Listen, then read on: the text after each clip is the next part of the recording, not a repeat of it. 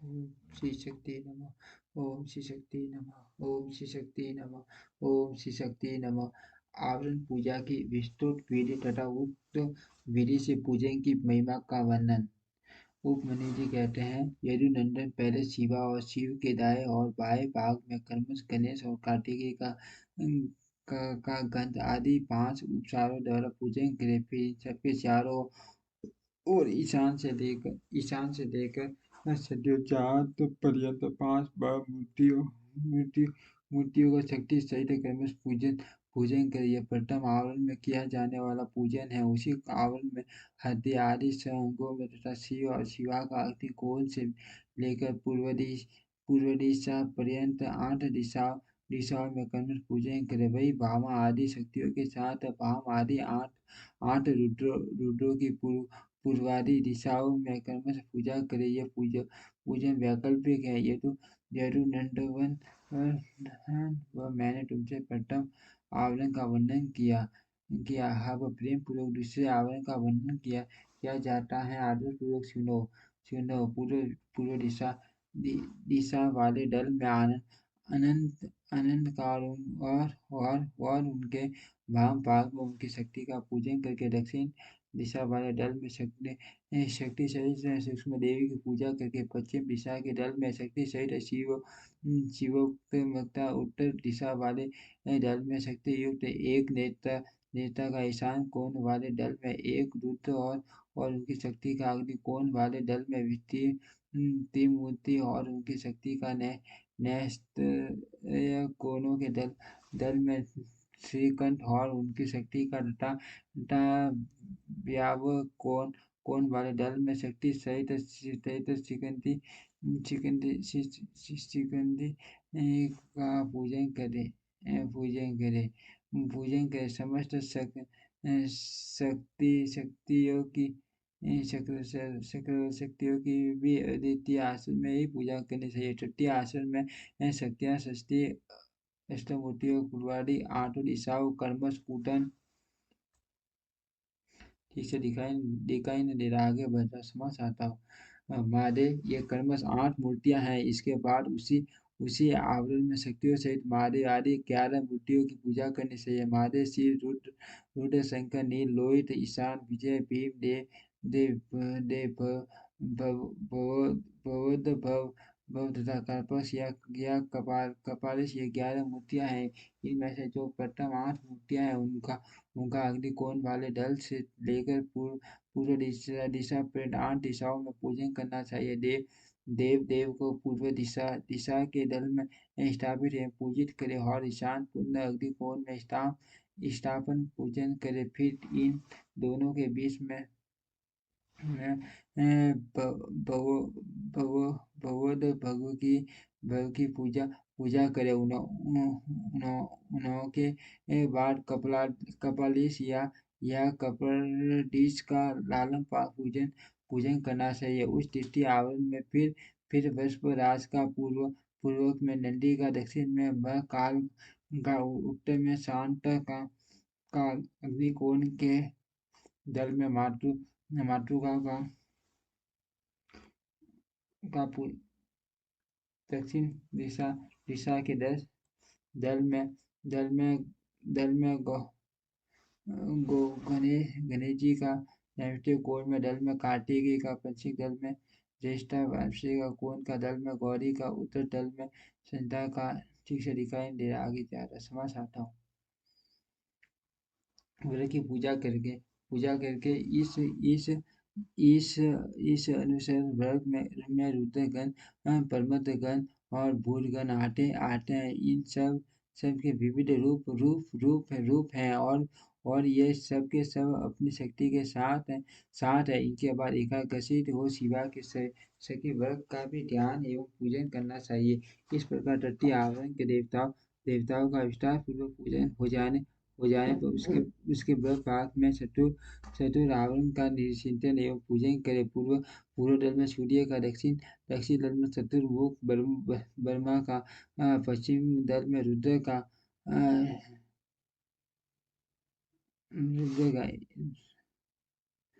इस प्रकार तटीय आवरण के देवताओं का विस्तार पूर्वक पूजन हो जाने पर उसके बृहद भाग में चतुर्थ आवरण आवरण का चिंतन एवं पूजन करें। पूर्व दल में सूर्य का, दक्षिण दल में चतुर्मुख ब्रह्मा का, पश्चिम दल में रुद्र का और उत्तर दिशा के दल में भगवान विष्णु का पूजन करें। इन चारों देवताओं के भी ये पटक पटक आवरण है। इनके पट्टम आवरण में सौ अंगों तथा देवता आदि शक्तियों की पूजा करनी चाहिए। टिप्टा, सूक्ष्म, जया, भद्रा, विभूति, विमला, अमोघा और विद्युता इनकी क्रमश पूर्व आदि आठ दिशाओं में स्थित है। द्वितीय आवरण में पूर्व से लेकर उत्तर तक क्रमश चार मूर्तियों की और अनेक और उनके बाद उनकी शक्तियों की पूजा करें। आदित्य, भास्कर, भानु और रवि ये चार मूर्तियां क्रमश पूर्वादि चारों दिशाओं में पूजनीय हैं।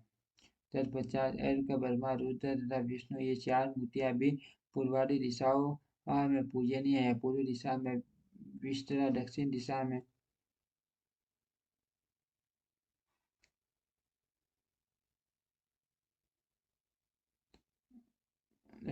में सुष्टा, पश्चिम दिशा में बोधिनी और उत्तर दिशा में आपयायिनी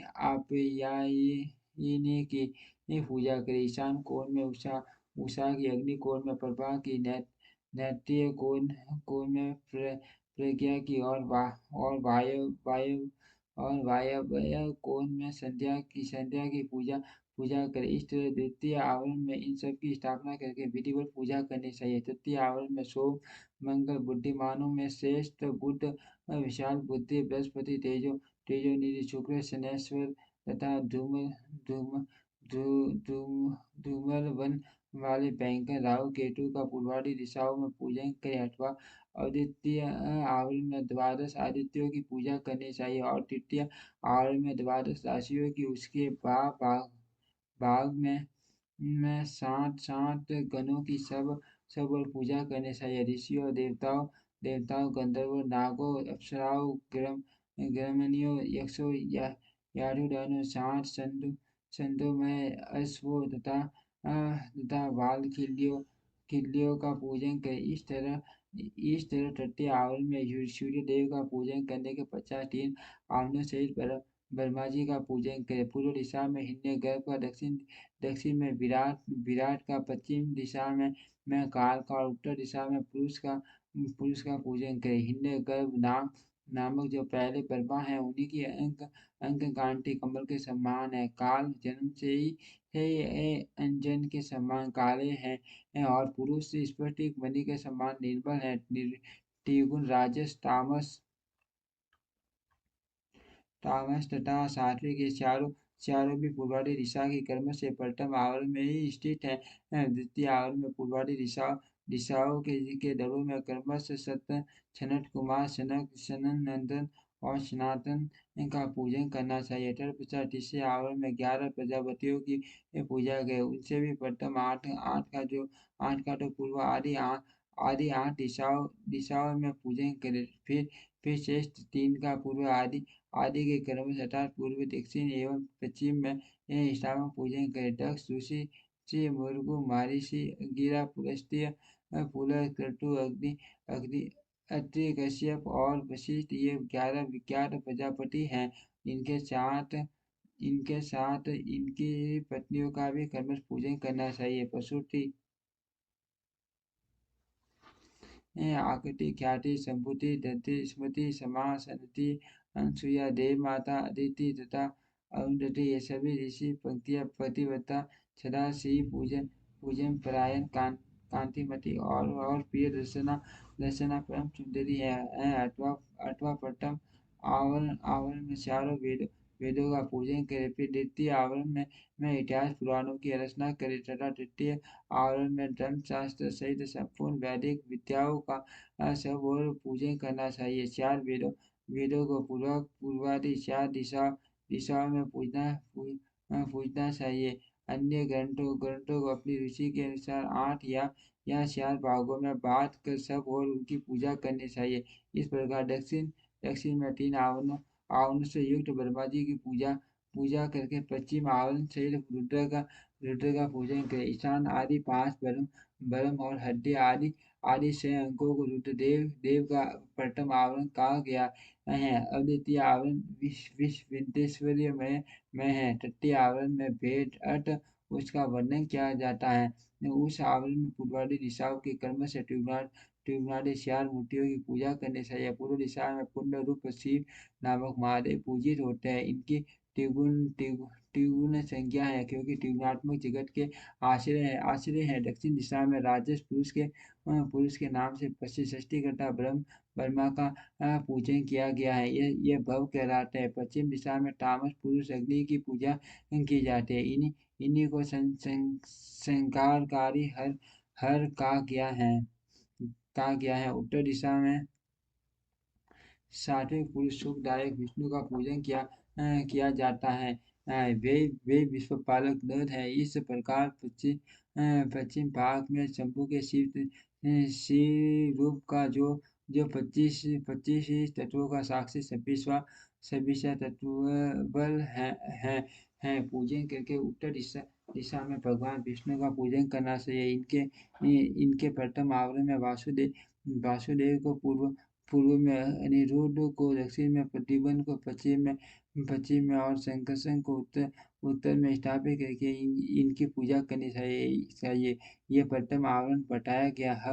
अद्वितीय शुभ आवरण बताया जाता है। मृत्युस्य कर्म भरा नरसिंह वामन तीन में से एक राम आप श्री कृष्ण और हयग्रीव ये द्वितीय आवरण में पूजित होते हैं। तृतीय आवरण में पूरा भाग में चक्र की पूजा करें। दक्षिण भाग में कहीं भी पति अटित न होने वाले नारायण स्त्र का यजन करें। पश्चिम में पांचजन्य नियम का और उत्तर में सांख्य धनु की पूजा करें। इस प्रकार तीन आवरणों से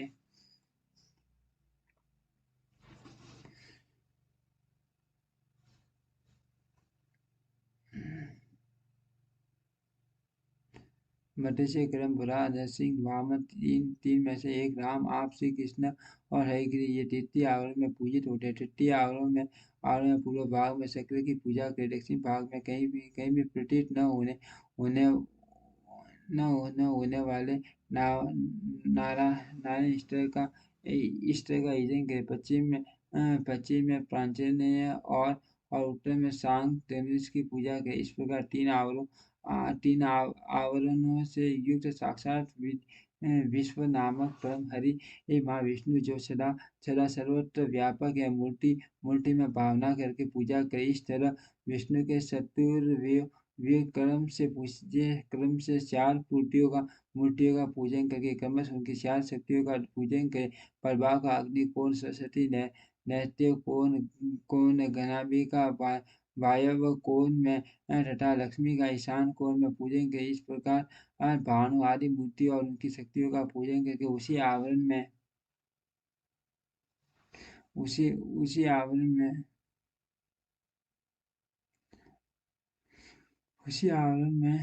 मैं लिंगेश्वर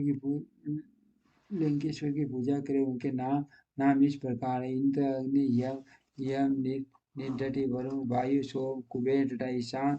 इस प्रकार चौथे आवरण की विधि पूर्वक पूजा संपन्न करके ब्रह्म भाग में महेश्वर की आयुधों की रचना करें। ईशान कोण में तेजस्वी त्रिशूल की पूर्व दिशा में वज्र की, अग्नि कोण में पशु की, दक्षिण में बाण की, नैत्य कोण में खड्ग की, पश्चिम में बांस की, साष्टांग कोण में अंकुश की और उत्तर दिशा में पिनाक की ये पूजा तत्पश्चात पश्चिमाभिमुख रौद्र रूपधारी क्षेत्रपाल अर्चन कर। इस तरह पंचम आवरण की पूजा का संपादन करके इस आवरण देवताओं महाभाग अथवा पांचवें आवरण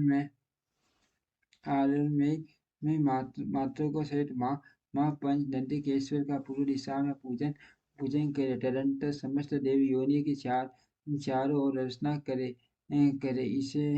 इसे मिश्रा आकाश में विचरने वाले षष्ठी चीर दैत्य अनंत आदि नागराज नागेश्वर के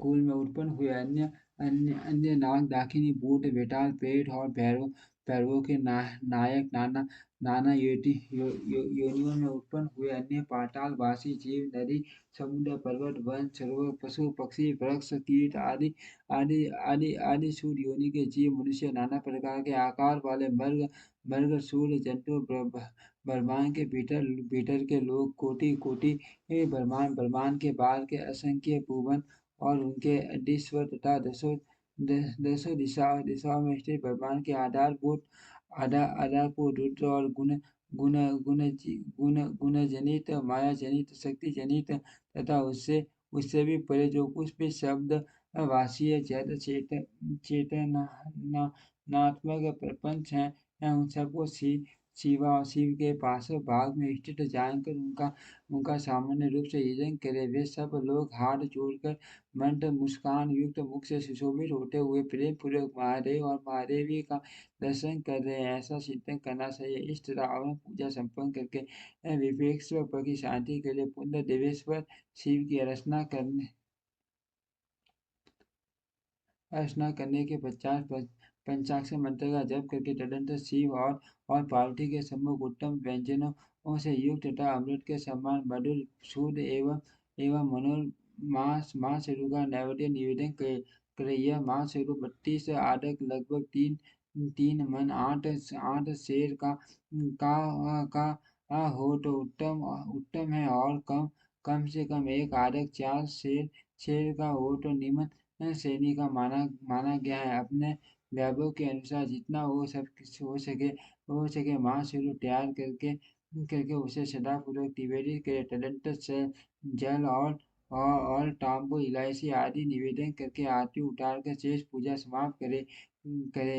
याग के उपयोग में आने वाले द्रव्य भोजन वस्त्र आदि को उत्तम श्रेणी का ही तैयार कराकर दे। भक्तिमान पुरुष वैभव होते हुए वे धन व्यय करने में कंजूसी न करे। जो शठ या कंजूस हैं और पूजा के प्रति उपेक्षा की भावना रखता है वह बड़े कृपातावश क्रम को किसी किसी अंग से ही हीन कर दे तो उसके उसके वे काम्य क्रम क्रम सफल नहीं होते। ऐसा छठ पुरुषों का कथन है।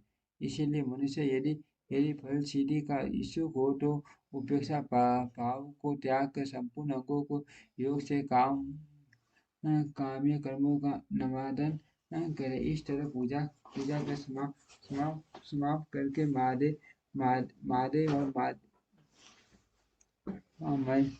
महादेव और महेश्वरी को प्रणाम करे। फिर भक्ति भाव मन एकाग्र करे स्तुति करके 50 साधक साधक उसका पूर्वक क्रम करे। 100 बार संभव हो एक पंचाली विद्या का जप करे। 50 गुरु की पूजा करके अपने अनुदय यज्ञ मंडल में नृत्य से पूजन करें।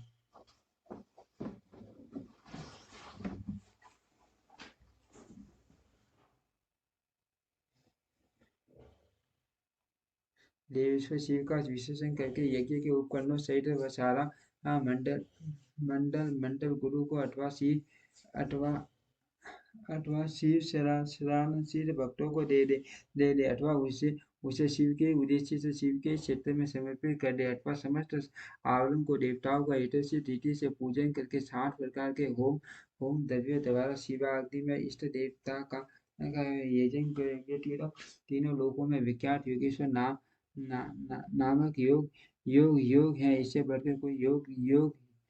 बढ़कर कोई योग त्रिभुवन में कहीं नहीं है। संसार में कोई भी ऐसी वस्तु नहीं है जो इससे साध्य न हो। इस लोक में मिलने वाला कोई भी फल या परलोक में इसके द्वारा सब सुलभ है। यह इसका फल नहीं है ऐसा कोई नियंत्रण नहीं किया जा सकता क्योंकि संपूर्ण श्रेय रूप साध्य का यह शेष साधन है। यह निश्चित रूप से कहा जा सकता है कि पुरुष जो कुछ फल चाहता है वह सब चिंतामणि के समान इससे प्राप्त हो सकता है। तथापि किसी क्षुद्र फल के उद्देश्य से इसका प्रयोग नहीं करना चाहिए क्योंकि इसकी मान से लघु फल की इच्छा रखने वाला पुरुष स्वयं लौटर हो जाता है। महादेव जी के उद्देश्य से मान यह अल्प जो भी जो जो भी कर्म किया जाए वह सब सिद्ध होता है। ठूनी के उद्देश्य से कर्म का प्रयोग करना चाहिए। शत्रु तथा मिट्टी पर विजय पाना आदि जो फल दूसरों से सिद्ध होने वाले नहीं है, उन्हीं लौकिक या पारलौकिक फलों के लिए विद्वान पुरुष इसका प्रयोग प्रयोग करे। माँ माँ पाठकों में मान, रोग से भय आदि में तथा दुर्भिक्ष आदि में यदि शांति करने की आवश्यकता हो तो इसी से ये शांति के अधिक बढ़ कर बाटे बनाने से क्या लाभ। इस योग को महेश्वर शिव ने सेवकों के लिए बड़ी भारी आपत्ति का निवारण करने वाला अपना निजी अस्त्र बताया है। अतः इससे बढ़कर यहाँ अपना कोई रक्षक नहीं, ऐसा समझकर इस कर्म का प्रयोग करने वाला पुरुष शुभ फल का भागी होता है। जो प्रतिदिन पवित्र एवं एकाग्रचित्त होकर होकर श्रोत मात्र का पाठ करता है, वह भी अभीष्ट प्रयोजन का अष्टमास फल पा लेता है। जो अर्थ का अनुसंधान करते हुए पूर्णिमा, अष्टमी अथवा षष्ठीदशी को उपासना पूर्वक स्रोत का पाठ करता है, उसे आधा अभीष्ट फल प्राप्त हो जाता है। जो अर्थ का अनुसंधान करते हुए लगातार एक मास तक स्रोत का पाठ करता है और पूर्णिमा, अष्टमी एवं चतुर्दशी को व्रत रखता है, वह संपूर्ण अभीष्ट फल का भागी होता है। ओम श्री शक्ति नमः। ओम श्री शक्ति नमः। ओम श्री शक्ति